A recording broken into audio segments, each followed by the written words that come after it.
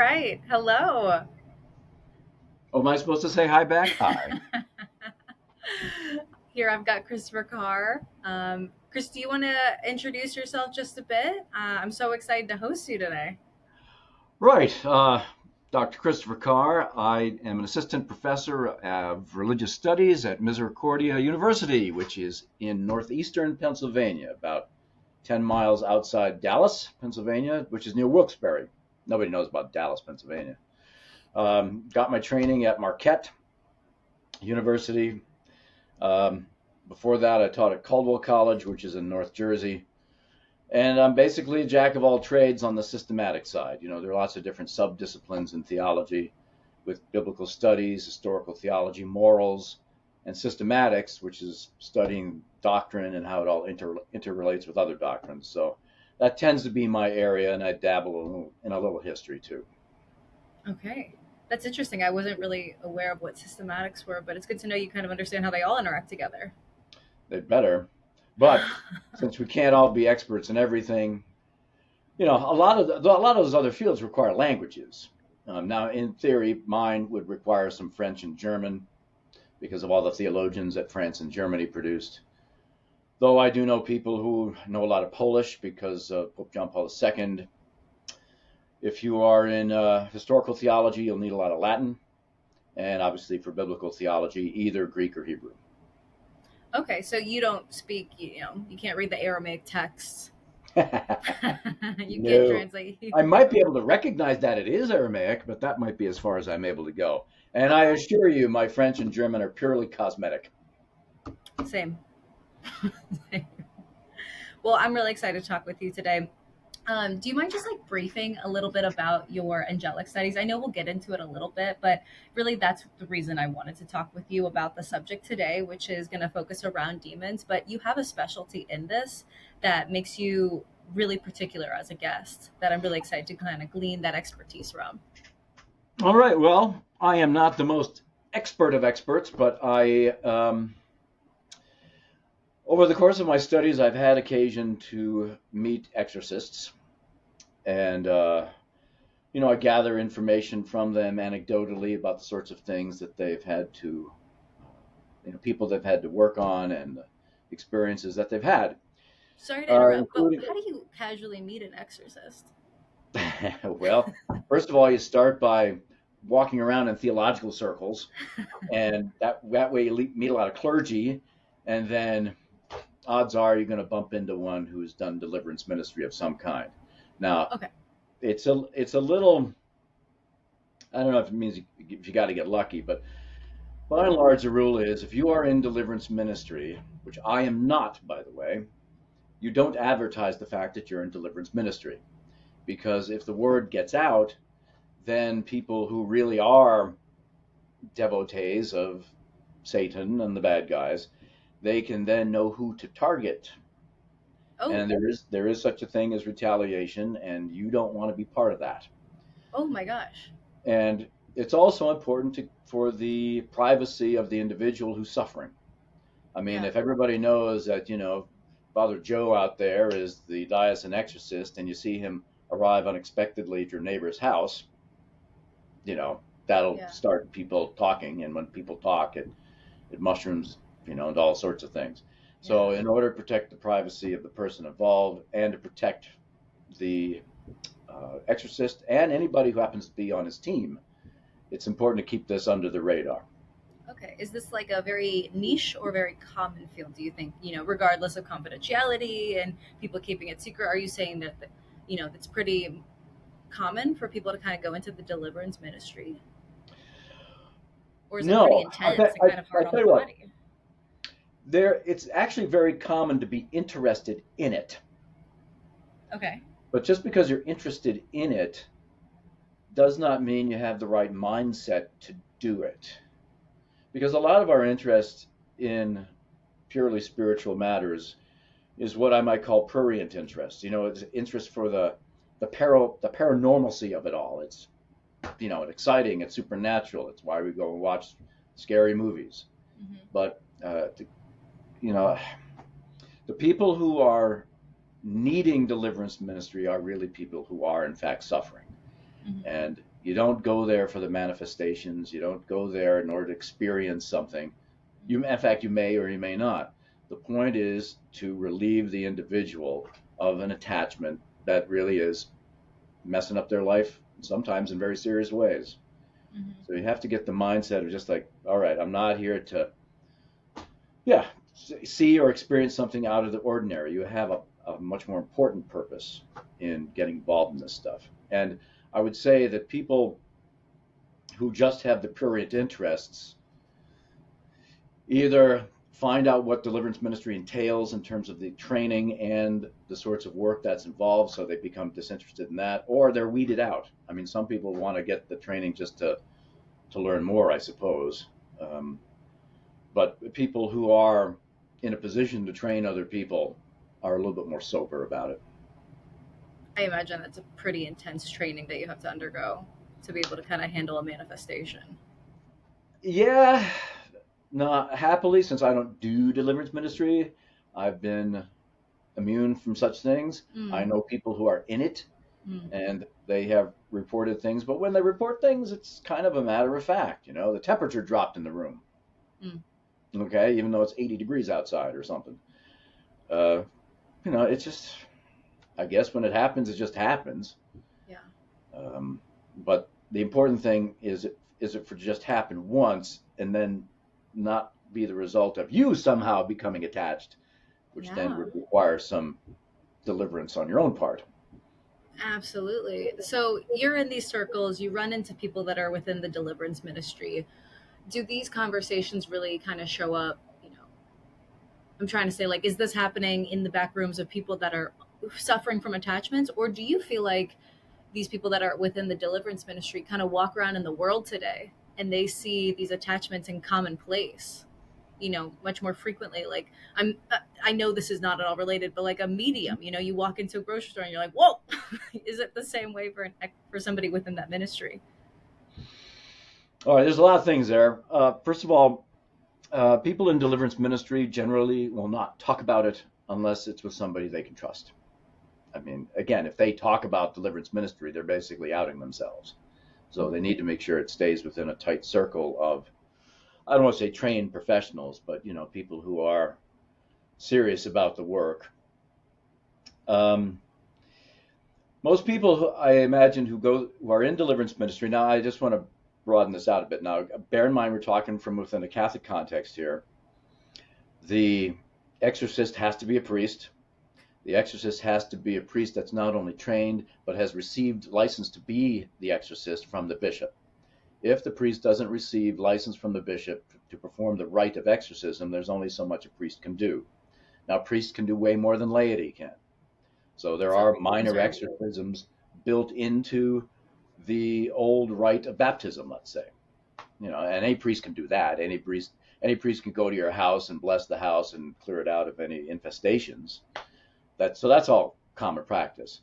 The the important thing is that the bishop has the authority to then deputize a priest to do the rite of exorcism. And without that authority, the the rite won't be effective, and the priest is acting out of bounds, which means he can be targeted. Now, there are lots of other things I could go off there, but I just want to say something about deliverance ministry now in the Catholic Church. While it is true that only a priest can conduct exorcisms and say command prayers generally, lay persons are involved, and they generally form part of a team that the exorcist uses when a case, we're talking about a person who's claims to be suffering some sort of affliction. The polite term is to call them a case, and the lay persons can provide some basic spiritual direction for such an individual so that the priest isn't spread too thin. Because remember, an exorcist is a pastor somewhere. And you know how it is, especially in my diocese. You don't know this because I'm in Pennsylvania and you are totally not. Um, we got 110 something parishes. We've got 90 something priests. And within 10 years, we're going to be down to 60 something priests. So uh, already the priests are spread way too thin to be pastor of one church or maybe a combination of churches, and then having to go and do deliverance ministry on top of that. So, in order for the priest to not go absolutely crazy or get burnt out, laypersons can assist. And what the laypersons would generally do is provide first level kinds of triage to get the person who's claiming to have some sort of spiritual affliction to start. I mean, obviously, this person, the prayer team individuals, will be in connection with the exorcist. They will not be acting independently. But there are some basic things you can do because demonic affliction works on a continuum. So if a lay person has been designated by the exorcist to interview a potential case, then that lay person can, conduct the interview, ask some questions, background exposure to Is seances this or Ouija board. layperson like a family member, or is it any layperson? It would have to be a specific lay person within the diocese that Oh, has also received some sort of deliverance ministry training. got it. And the layperson would then advise this individual, this case, that yes, they will be in contact with the exorcist about who they are and the information that they gather. But the layperson would then also say, all right, look, you need to attend mass every Sunday. You probably have to go to confession, if not every week, at least every month. And there are steps that you can follow. And then that person has to do whatever that protocol is for 30 days and then report back. And then they can determine how to proceed from there. And finally, I would say, while there are lay persons who are on deliverance teams who are just schmucks like me, and I'm not on a team, I'm just a schmuck without being on a team, there actually are people with certain gifts where they can sort of discern whether there is it's a certain kind of spirit, or discern how a particular bad spirit may have come into a person's life. They can be kind of sensitive that way. Obviously, not everybody has that sort of gift, and I think if a person is aware that they do, then they would actually have to go through some discernment process to make sure that their gift isn't being used against them. Mm. And then, of course, they have to continue to lead a holy life so that the gift can actually still be a benefit to other people. So, yeah, just being on a deliverance team doesn't give you psychic powers or something, and you walk around the grocery store and you see demons attached to some person walking down the aisle. That's not a thing. At least it's not for me. So maybe. So I think I may have covered everything that you had in your broad Yeah, question. Anything I my leave out? my blanketed question. Th- Could you give an example of someone's gifts being used against them? Well, it's maybe that was a bit strong, but if a person has a kind of gift that makes them, as I say, a little bit more sensitive to spiritual realities, bad spirits always pose as good spirits. That's how they suck people Bad in. spirits always pose as good spirits. That's Pretty pretty pretty much much. always their entryway. Yeah, I mean, on occasion it won't be so nice, but I mean that's the way And when temptation you say works. nice, you mean like non-threatening? You mean like quiet? Or is it like it's posing as an angel? Yeah, it's usually posing either as an angel, now we're talking about demon now, demon posing as an angel, which is not difficult for a demon to do because technically they are angels, they're just fallen angels. Right. Um, they could pose as the soul of a dead person you want to contact. Ooh. So if you're using a Ouija board or going to a seance or something. The basic rule of thumb is that's not the way you communicate with spirits, which is restricted to prayer. Restricted Um, to prayer. Got it. so if you do have such a gift, it's likely the demon would just try to fool you. In order, I mean, we're going to get into this in a bit. And so I'm happy to jump into kind of the first section of this podcast because this is great. But why they're fooling you, I just kind of want to stick with that and what their intention is, kind of going from there. But I'm going to put a pin in that. We can come back to the intentions of demons and what they want and why they want that. But what I really want to jump into now is the verse of the Bible. And today I really want to understand, in my version of the Bible, his name is Mob. Maybe in King James, it's Legion. But essentially, in the Gospels of Matthew, Mark, and Luke, when Jesus is getting off a boat in Capernaum, he comes upon a madman in a cemetery who is convulsing. He's foaming at the mouth. He's just kind of known as the guy wandering around in the cemetery. No chains can hold him down. The town's just like letting him be. As far as the scripture, I'll read Luke 8, And 26 would to you, 39. please go ahead, but can you tell me which translation you're using? I use the message because it is so. Oh, the message. Oh gosh. Okay. Oh no. All right.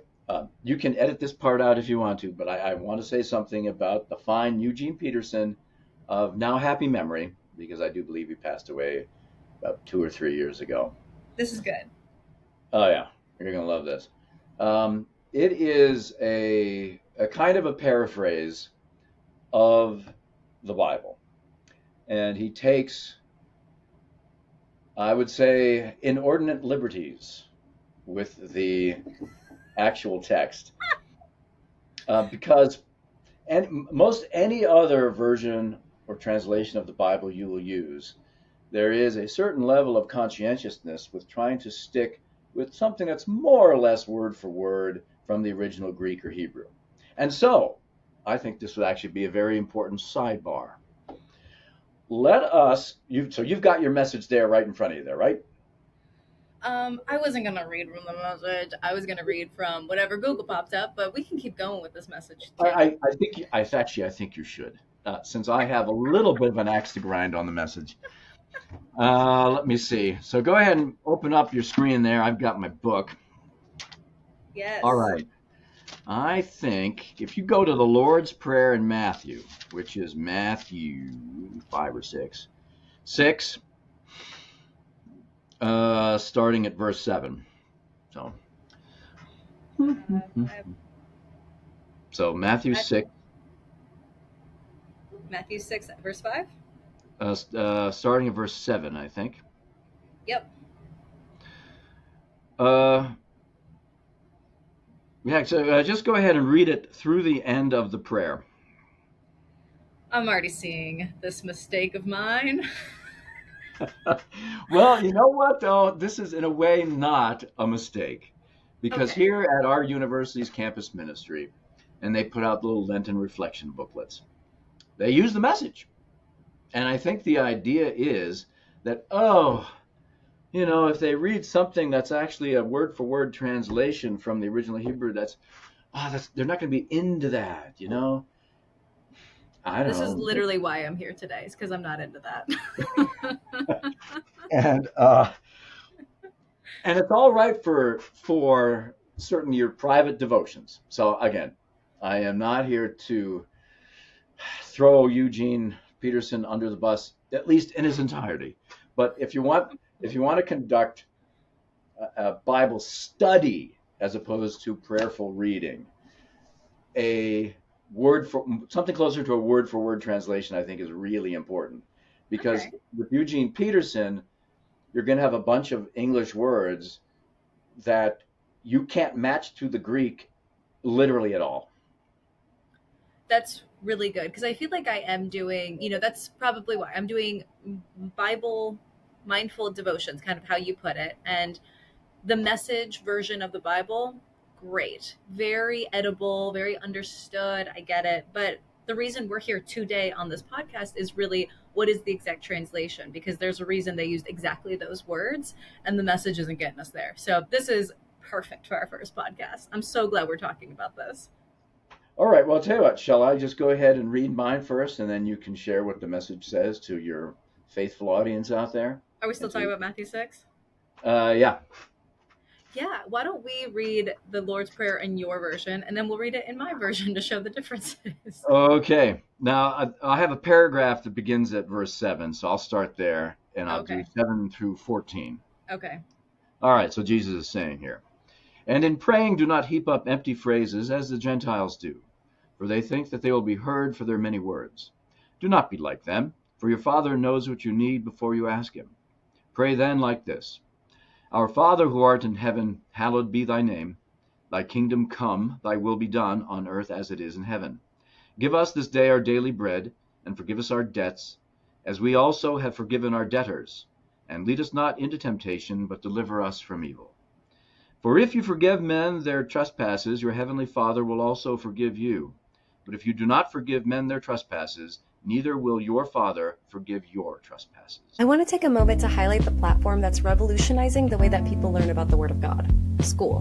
When I first started this podcast, my goal was very simple. I wanted to equip people with clear, accessible, biblical understanding through scholars.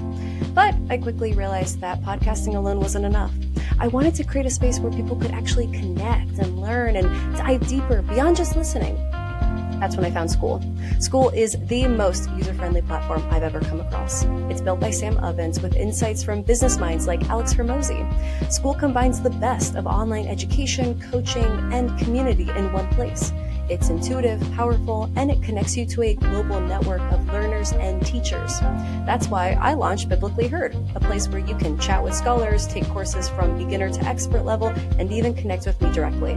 So if you're looking to build a coaching business or launch an online course or create an engaged community, School beats out every other tool. It combines the best of Patreon-style tiered services and Telegram-style community feeds. It's a seamless scheduling tool with integrations with Zapier, Zoom, and even Google Calendar. If this sounds like the right platform for you, please use my affiliate link in the show notes below to get started. It won't cost you anything extra, and it keeps this channel going. Now, back to the show. And my version says the same verse, 7-14.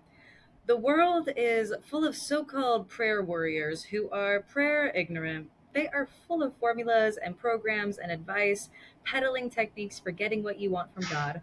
Don't fall for that nonsense. This is your Father you are dealing with, and he knows better than you what you need. With a God like this loving you, you can pray very simply, like this: Our Father in heaven, reveal who you are. Set the world right. Do what's best. As above, so below. Keep us alive with 3 square meals. Oh boy. Keep us forgiven with you and forgiving others. Keep us safe from ourselves and the devil. You're in charge. You can do anything you want. You're a blazing beauty. Yes, yes, yes. Oh. Oh boy. Yes, yes, yes. Okay, well, on that note, let's read Luke 8 in your version. There's literally no way to get to the actual Greek from that particular version of it. I'll just say this because I know this is a sidebar. The 3 square meals, that is probably the most egregious thing he did in the Lord's Prayer, because the daily bread, and even that version, the way we usually translate it in English, kind of hides what the Greek word is, which is epiousion.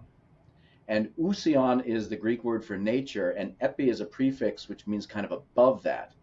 So it's, yeah, we daily bread, but it's really supernatural bread. Whoa.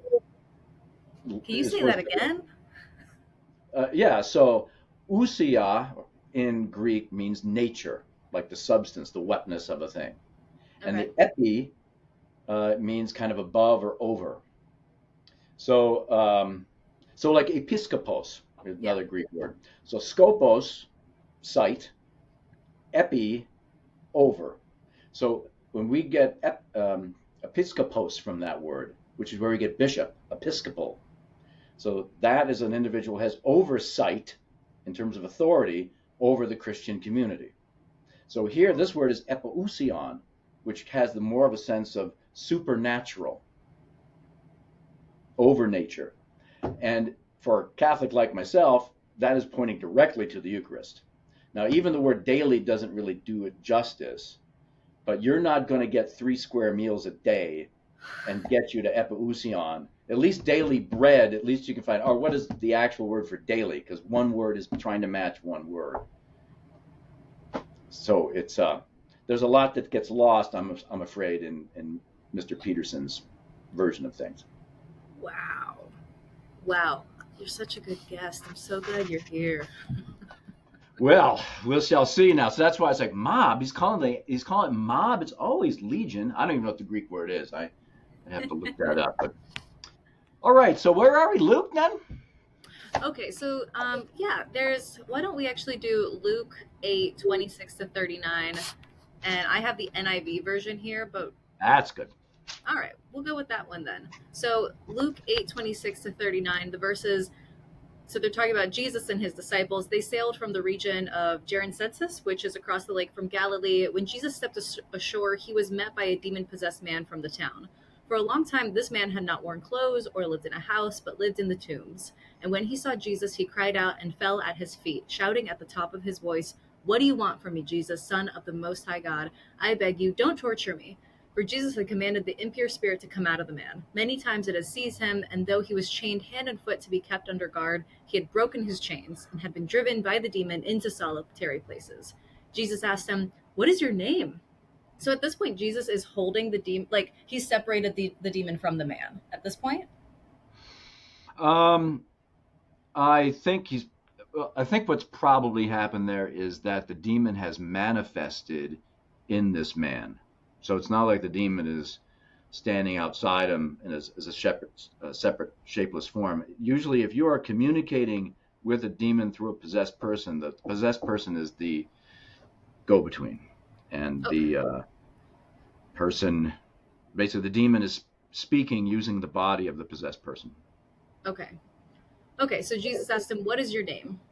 And the person, but the demon in the person, said, "Legion," he replied, because many demons had gone into him, and they begged Jesus repeatedly not to order them to go into the abyss. When they say abyss, because it's capitalized, it's a proper noun, they mean hell? Mm-hmm. Yes. Okay. So why wouldn't they want to go back to hell? Isn't that their home? It's terrible. It's even terrible for them. That's why they don't want to go back. I mean the Oh. oh yeah, it's awful. Uh, so why would a demon be unhappy in hell? Well, first of all relationships in hell are based on power, raw exercise of power. Even if demons would cooperate with each other, and as apparently they sort of have been, if they're all sort of stuffed, they have jurisdiction over this guy's body, they really don't really get along because it's still sort of a coercive cooperation. So hell is a place where all those relationships based on power are experienced in a raw form, and I expect that these demons were somewhat lower on the totem pole, which means they're going there to suffer at the hands of the demons who are mightier than they are. So it can't be pleasant, number one, for that.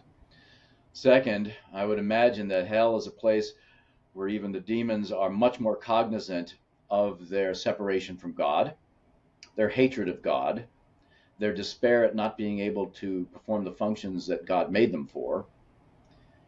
It's they suffer too, and hell is where if they're possessing somebody, they have a certain kind of respite, I guess you could say, while they are somewhat not still in hell. But once they're in hell in a sort of a complete sense, yeah, they can't alleviate their suffering anymore.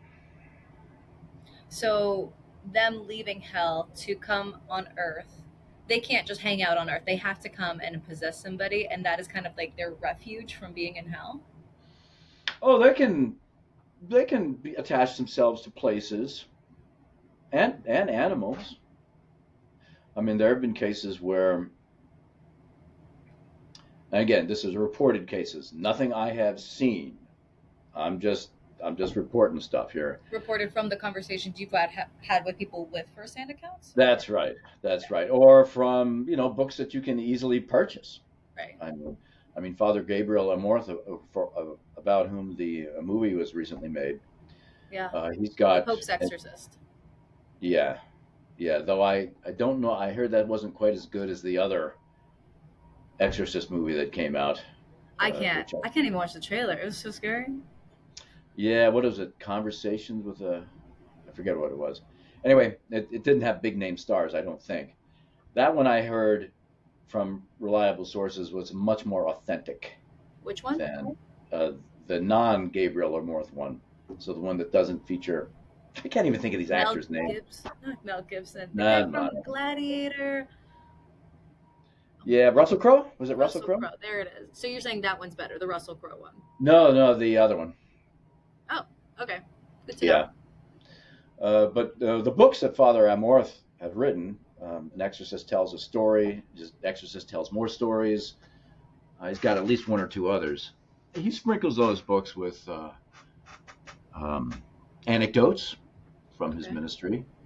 And I believe one of them was, there was a dog in somebody's house, and I can't remember if the demon had been attached to the building first, but somehow it was in the dog, and the dog came. The dog was basically suicidal. It was just running out into the street, and so the family tried to prevent the dog from doing that, but eventually the dog succeeded. And that might not have, the demon's not going out there to kill the animal necessarily. I mean, hard to say, I suppose, but that was the only way the animal, I guess, could cope.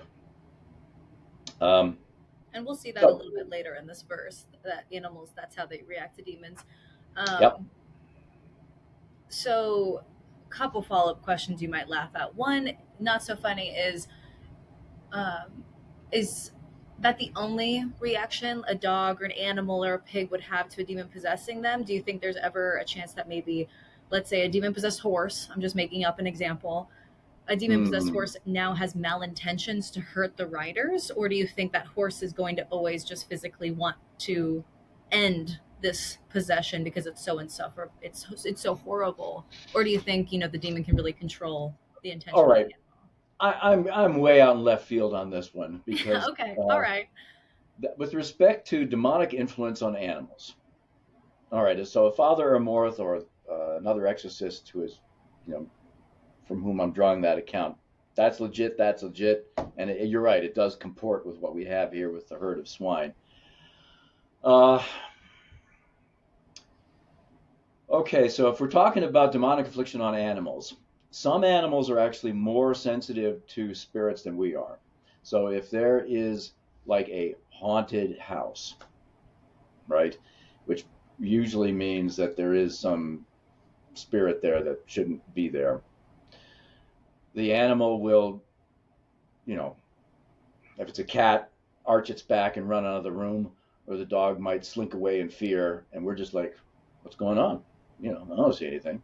You know, Right.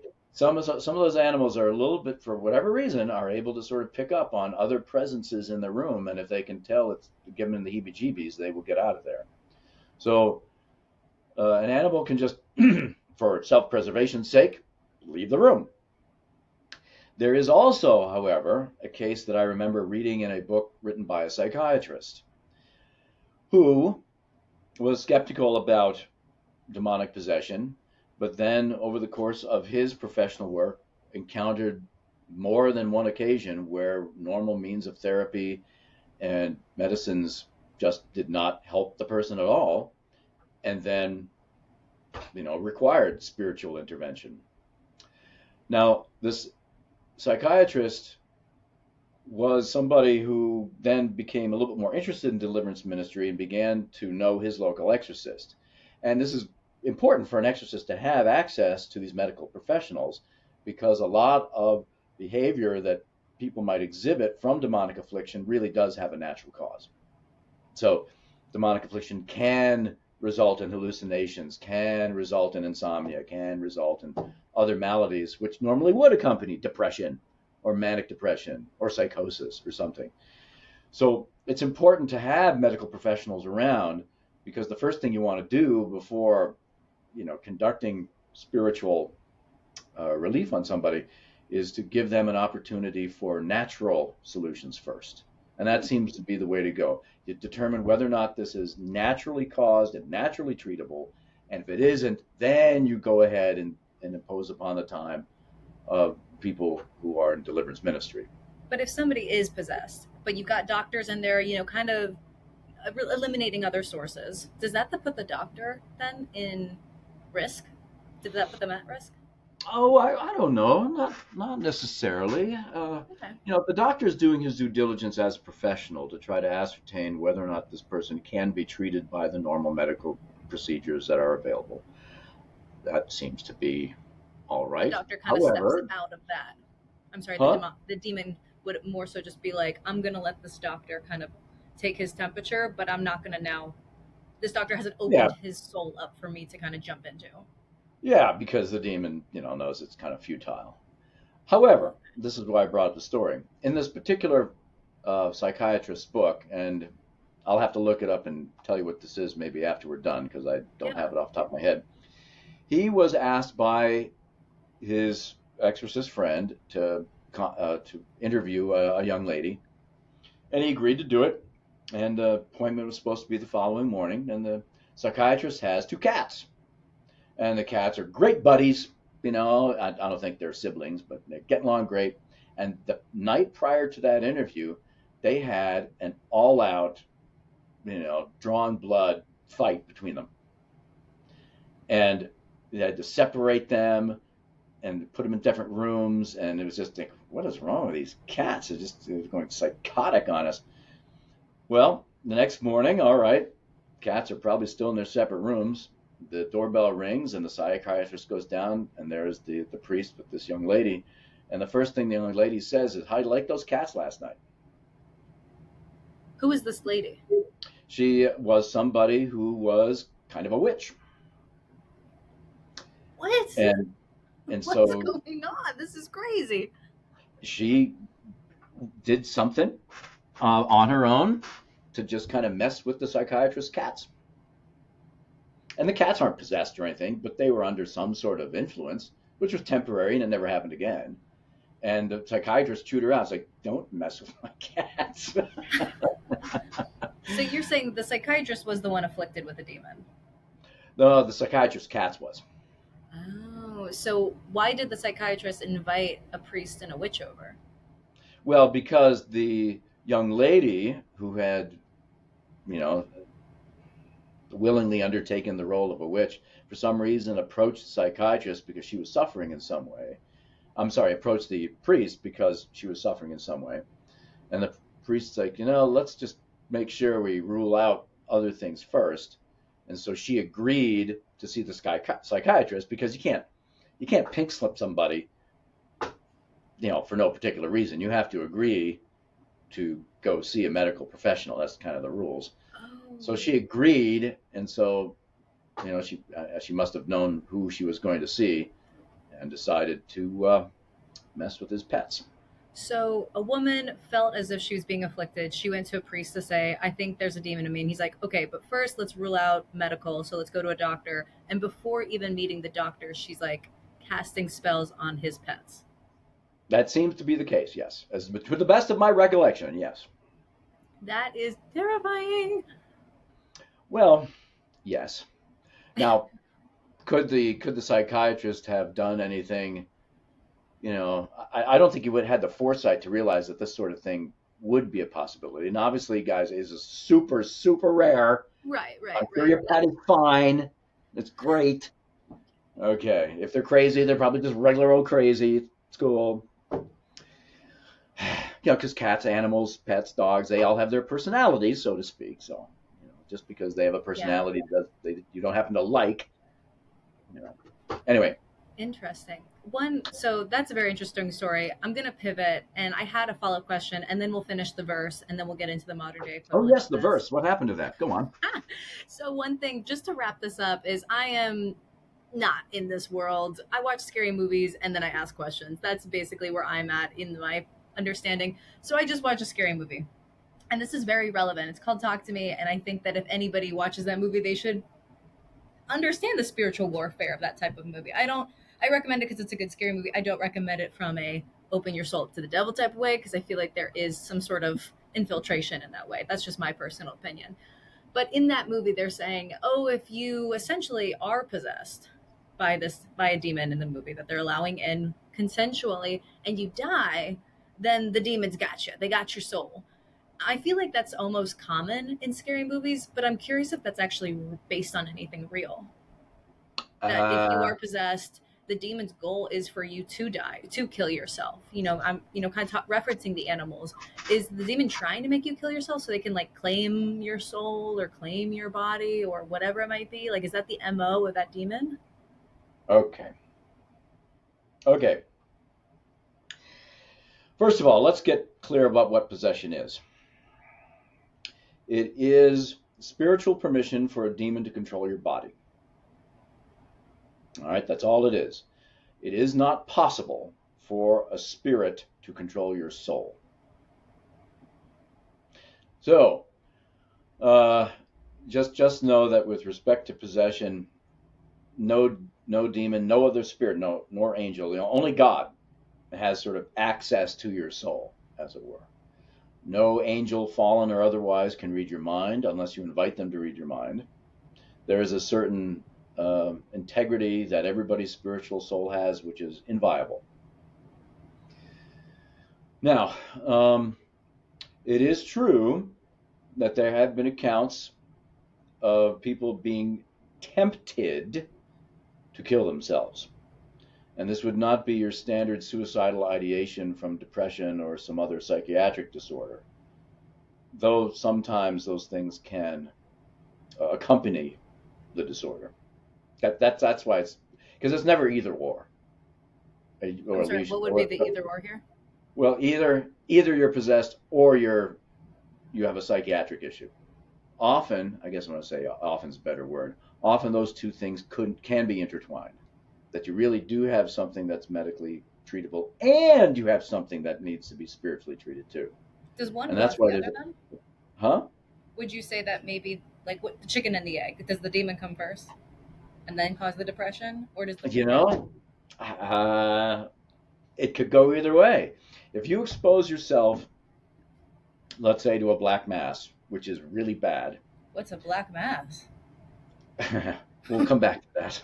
If you participate in a black mass or a seance or something like this, then yes, and you do so willingly, you can get an attachment that's going to cause you emotional problems, relationship problems, finance problems, all sorts of bad stuff. Why? Okay, now, on the other hand, most of us, because of our fallen world and because of the woundedness of our families, we're all hurt. And demons can use our hurts as a way to get us to sin. Mm-hmm. And if we don't continue to try to cultivate our spiritual lives, then maybe the constant repetition of succumbing to temptation could lead to something a bit more serious. So it could go either way. The hurts that we have can be used as leverage against us, or we do something spiritually kind of stupid, and then we begin to suffer cognitively as a result of this stupid decision we made. So yeah, it could go either way. Running my own podcast, I'm always moving too fast. I'm finding guests, I'm editing episodes, I'm creating reels, or guesting on other shows. Not to mention, I just live in a world that moves fast. Notifications, trends, endless to-do lists. You know what feels like a blessing in all that? Slowing down. I'd love nothing more than a moment to pause, be present, and choose something timeless. That's exactly what Dwell Label is all about. When I first discovered Dwell Label, it wasn't just about the clothes, it was about a mindset. Thoughtful, intentional fashion that doesn't scream for attention, but instead invites you to slow down. Their pieces are modern takes on classic styles, made to last, not just for the season, but for years. I love that I can throw on a Dwell Label outfit for editing in a coffee shop, Bible studies, or looking professional in an interview. It always feels right, comfortable, effortless, elevated. And here's the best part. Dwell Label does not just talk about rest. They live it. Their website literally doesn't work on Sundays because they believe in pausing and dwelling on what matters most. So if you're looking for high quality, timeless fashion that aligns with a lifestyle of intention and presence, I can't recommend Dwell Label enough. Shop Dwell Label with the link in the show notes and use my code BIBSPEAK15, BIBSPEAK15 for an exclusive discount at checkout. Take a breath, slow down, and dwell in the good things. Now, back to the show. Wow. A black mass is just like a ritual. Like I guess I'm just like a blanketed term of a black mass is like a Ouija board, a How seance, or is like a black mass the worst thing and a Ouija board is the lightest thing? how how are you rating your podcast here? This is like PG 13. Oh, well, I think the conversation of this will really determine it. This is we're kind of just Okay. shooting in the dark here. Well, listen, if you need to put a little beep sound in this, okay, you go ahead and do that. Oh, okay. Yeah. All right. So in my diocese, the Diocese of Scranton, we have a kind of an exorcist emeritus. He is somebody who is in his 90s. He has had reports that he is bilocated. I remember him talking about cases that he's worked on. He's By kind of like a transported. huh? When you say Oh, bilocated means to actually be in one spot and to be seen in another spot at the same time. okay, And usually that's reserved for saints, people on their way to sainthood. This guy, I wouldn't doubt it. I had occasion to be a chauffeur to drive him from his elderly residence up to a parish for mass. So it could be that my passenger seat's going to be a third-class relic one day. So I'm pretty excited about that. Now, maybe second class. I can't remember how that works. I could be second class relic. Anyway, where was I going with this now? Oh, the Black Mass. So when I was actually driving him that day to the Mass, the regular Mass, he was talking a little bit about, in this town we're driving through, a year or so ago, there was a Black Mass. And I was like, what? So for a Black Mass, remember that demons and the devil himself cannot create anything on his own. All they can do is mimic or destroy something that God has made.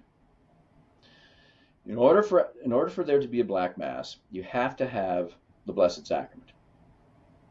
in order And for you there to can be either a get black the mass, you Blessed need a Sacrament, What's a blessed sacrament? the Eucharist. In order to do something demonic, you need a Eucharist present. Well, for the Black Mass, Okay. yeah. Which is why Satanists kind of know where the Eucharist is to be found. Now, Satan hates all Christians, all right? Hates them all. But he'll treat different Christians differently.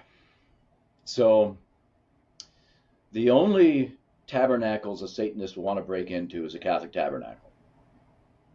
Now, of course, I'm a Catholic myself. I would say it's because they know that that's the body of Christ in there.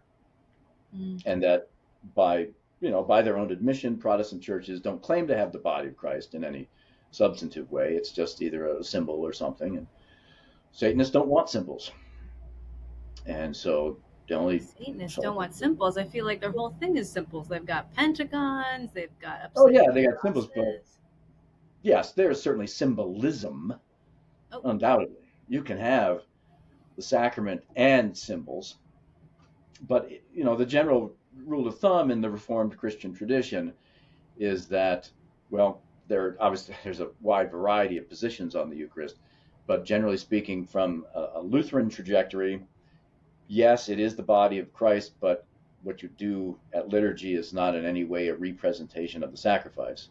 If you're from the Calvinist position, you will say that Christ's power is present in the Eucharist, but not Christ himself, nor is the liturgy in any way a representation of the sacrifice. And then there's the Zwinglian approach. Nobody knows Ulrich Zwingli, but he's the one responsible for saying what you do on Sundays is clearly just a symbol. We're just taking communion. Doing it because Christ commanded us to do it. Are you referring to taking communion? Hmm? When you say what you do on Sundays, you're referring to taking communion? Or the what you do with the bread and wine, just the blessings over it prior to receiving communion. So, regrettably, because of the divisions in Christianity, there are a number of different tracks, and every church kind of has their own spin on one of those four possibilities.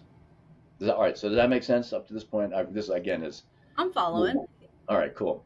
So a Satanist wants just what the Catholics have. They jealous. All right.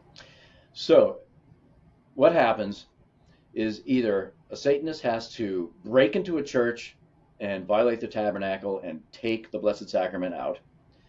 They pose as a faithful person, and when they receive communion in the hand, they simply walk out with it, which is why I'm not a big fan of receiving communion on the hand, because if you put on somebody's tongue, it's, almost assured that it's going to be consumed like it should be. Or you have to get an apostate priest to consecrate the host. Consecrate like the bread, or consecrate the person taking it? Oh, no. When we talk about consecration with respect to the Blessed Sacrament, we're talking about consecrating the bread and wine so it becomes the body and blood of Christ.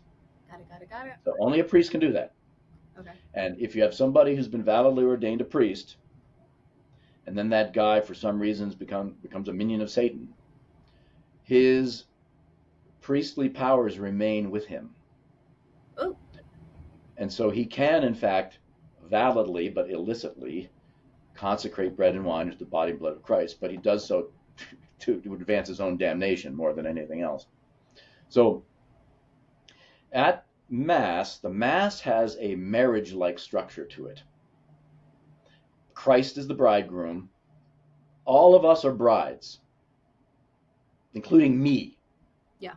So you think about the relationship between a man and a woman in kind of a more, mundane sense.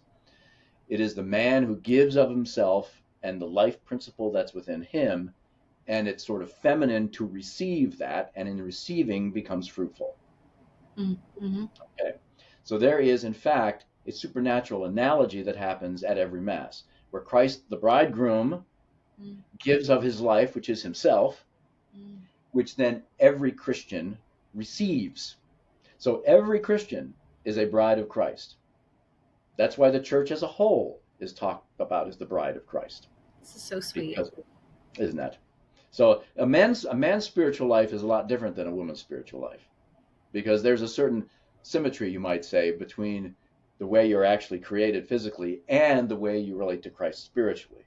But in order for me to be the man Christ called me to be at a privileged moment, I have to be feminine in a certain way in order to receive the graces I need to be masculine. Sounds confusing. It's there. I know. I'm sorry to throw this all at you one time. So what happens then at the Black Mass? Satan cannot do anything really like that. All he can do is mock it. So here's this 90-year-old guy sitting next to me in the car saying that there was this woman that he had to, had a case with this woman who made herself the primary subject of the Black Mass, which basically means she had to be a virgin. She had to be on the altar of the Black Mass without clothes. And then the Eucharist, somehow obtained, had to be stuck inside her. Okay. And not her mouth. Okay. And since that was meant to be a complete mockery of the marital structure of the Mass, quite naturally, anybody who's there, the officiant of the Mass, and obviously the poor young woman who agreed to be the receiving end, they got problems. The woman and the person who ordained it had problems, as in they became. Well, whoever the minister or the celebrant was of the Black Mass, he's already a committed Satanist. Now, whether or not he's fully possessed, that maybe not, who knows? But I'm sure he's got some sort of level of demonic influence in his life. Mm-hmm. Maybe, short of possession. Mm-hmm. But the poor young woman, I don't know if she knew what she was getting into. Maybe she was, sort of being groomed, and she was at a low level of dabbling in the worship of the occult or Satan or whatever. And when she agreed to be the centerpiece of a Black Mass, then her spiritual health deteriorated rapidly. So this saintly man telling you the story, did he have an ending for it, or how he, worked with her? Well, like yourself, I just had to stop and digest the information right there. I mean, I hope it turned out well. He's the sort of person that who probably is quite good at his job, I would imagine. But just because you're at a point where you need the rite of exorcism because you really do have demonic affliction that counts as possession, you may need more than one. It's not a one and done affair. There are demons that are so strong in people, because there's a hierarchy among the demons just as they are among the angels. It takes, some low-level ones can be kicked out right away. Sometimes even a low-level one can't be kicked out right away because somehow the person isn't entirely open to God's grace and still has an attachment to this entity. And some are just really, really powerful, and it takes several over the course of many years. And maybe, it's just going to be a lifelong project. But going back to what I originally talked about, if you are possessed, that's no certain thing that you're going to be damned. Because what saves you is grace in the soul. So you can be possessed, which is demonic attachment in your body, and still have supernatural grace in your soul. So yes, a possessed person can be saved. Amen.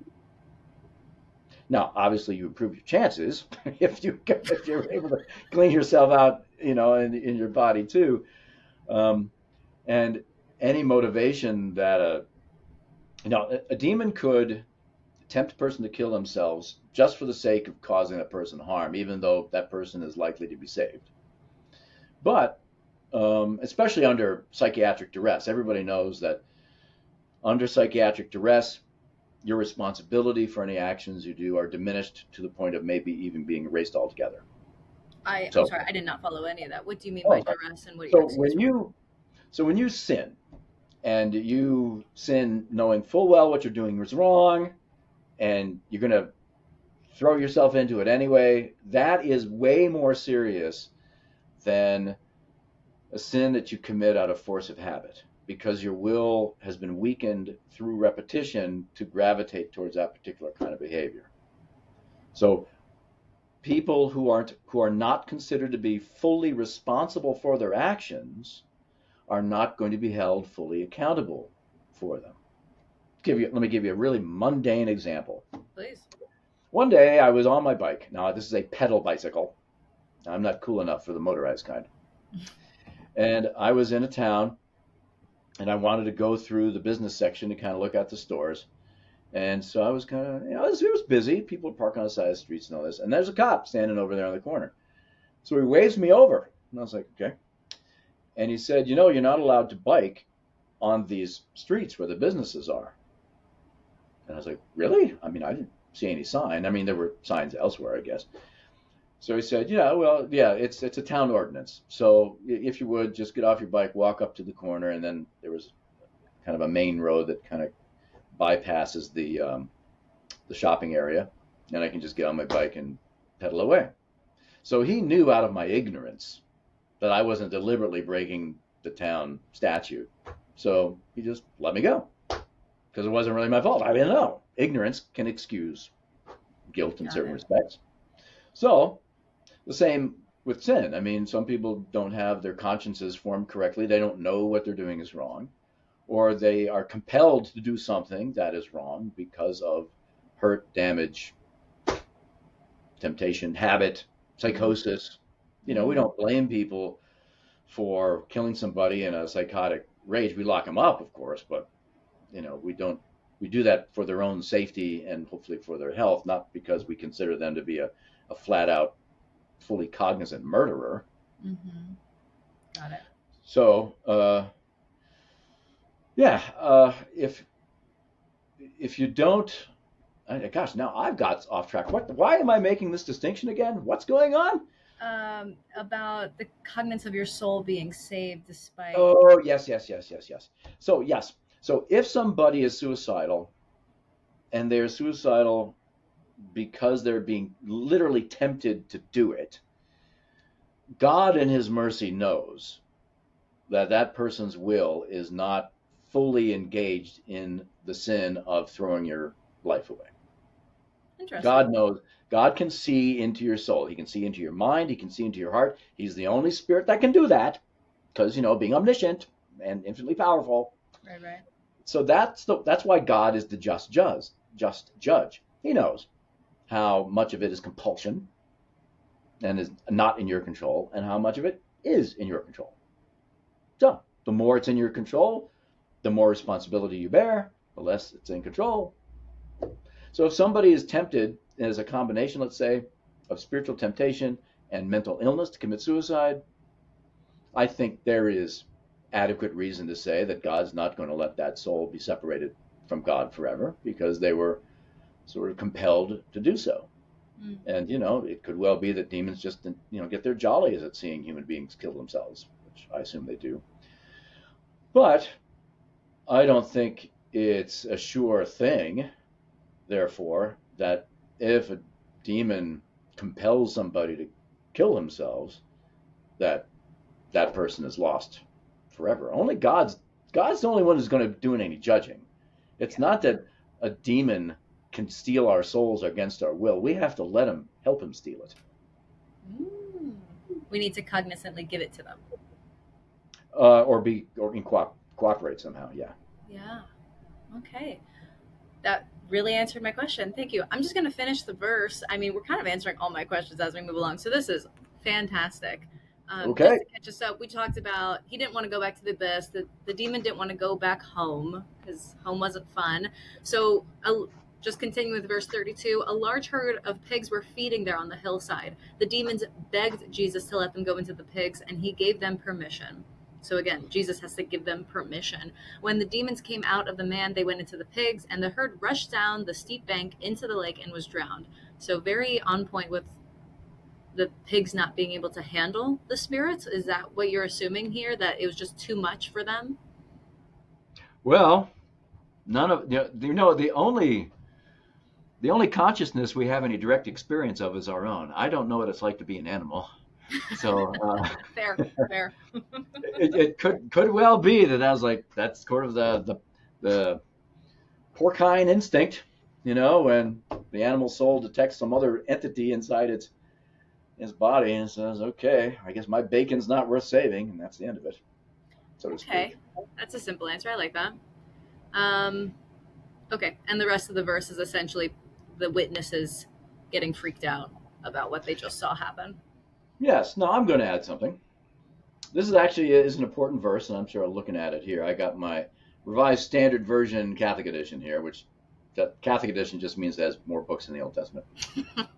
So this bit about being, he was supposed to be in fetters. What does mine say here? Let's see. Which verse are you leading? Oh, hold on a second. I'm trying to find it. Yeah, this would be verse 29. I have a large thing here. It's in parentheses. Many times the demon or demons had seized him, kept under guard, bound with chains and fetters, but he broke the bonds. One of the classic signs of demonic possession is superhuman strength. Classic. So that, this guy that being put in chains and then he breaks them. Yep. That's a thing. As a classic symptom that this person really does have a spirit controlling his body. Levitation would also be included in that. There is a sort of reverse of the strength where, and this would be Father Amorth, I know this specifically, and this might be from his first book, where there's this teenage boy sitting on the top of the stairwell in his apartment building on the landing there, just sort of blocking people's way. And this was an individual who was a case of Father Amorth, and he was just being belligerent. So the kid was possessed. So, two big, strong Italian police officers go to lift him up, and they can't. And he's like 14 years old. But two guys can't lift a 14-year-old boy. Couldn't budge him. And so when Father Amorth got there, because the parents kind of knew that something was up, he basically got the kid to stand up and go back into his apartment. This is crazy. That's why you should appreciate the ordinariness of your life. If you can be prevented from having to experience any of this stuff, that in itself should be a reason to praise God. Absolutely. And I think it is crazy that this is real. This is not just something that happened back in the day with Jesus, that you're giving firsthand accounts that are of 2023 or within the last 10 years or 20 years. This is very real. And so we should be aware of the dangers out there as much as we're aware of the diseases out there. And I think that understanding what the cure is and understanding that these are the facts. I mean, I hope that people that listen to this understand that this is a danger and they take it seriously, and then they make decisions that help protect them from this. And I'm not telling them what they should do, but it should be aligned with, a loving God that is the only protector of this. And prevention, in this case, is the best medicine.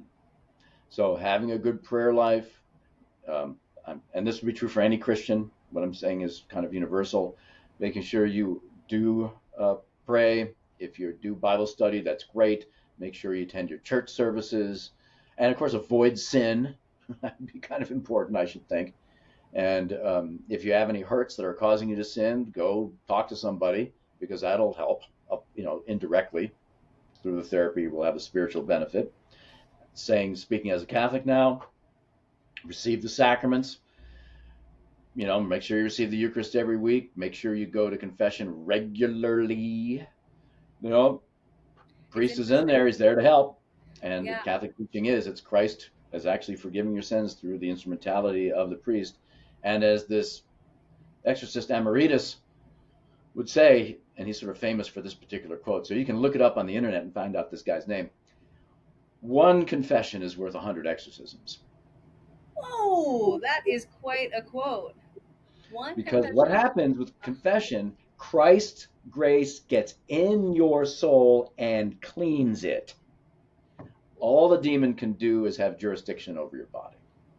And if your soul is clean, the likelihood of you being afflicted in any way is minuscule. Right. Yeah, I'm not Catholic, but I am Christian, and I was raised Russian Orthodox, so I have been to a confession once or twice. That's right. You have the seven sacraments. That's right. So, I think that it's important to really equip yourself without being overwhelmed and without leaving this podcast being in fear of your life and going out into any haunted houses or near any crazy dogs in the middle of the street. I think it's just important to know that God's love is out there and it's accessible, and to, maybe this be another reason to maybe step closer to him, but just be aware of, the risks of not. Mm-hmm. Yeah, I mean, I have probably at least a million more questions, Christopher. I'm not gonna lie. I just want to thank you for your time today. I would love to continue the conversation in other routes, but is there any things you want to add just in the end to maybe promote some of your work? I just want to give you an opportunity to plug. If you have any books you want people to read, you can say them, or any recommendations on books you were speaking about. What are the names of them? Well, you may have to look those up. I'll be glad to do that sort of offline after we're done talking, and then you can add that later. Honestly, I'm not that kind of scholar. I have to constantly teach 4 huge classes of undergraduates every semester. My scholarship is limited to a few articles here and there. I am not deforesting vast tracts of land with all my publications. Okay. I assure you. So I'm a blue-collar scholar when it comes to this sort of thing. I learn from the other people who somehow do have the time to write books. Okay. Well, thank you so much. I can't wait to have you back if you'll let me, and so I can really prop your mind when it comes to angels on a lighter note, because I know that you've done extensive research there. Thank you so much for your time, Christopher. It was my pleasure, and thank you for having me.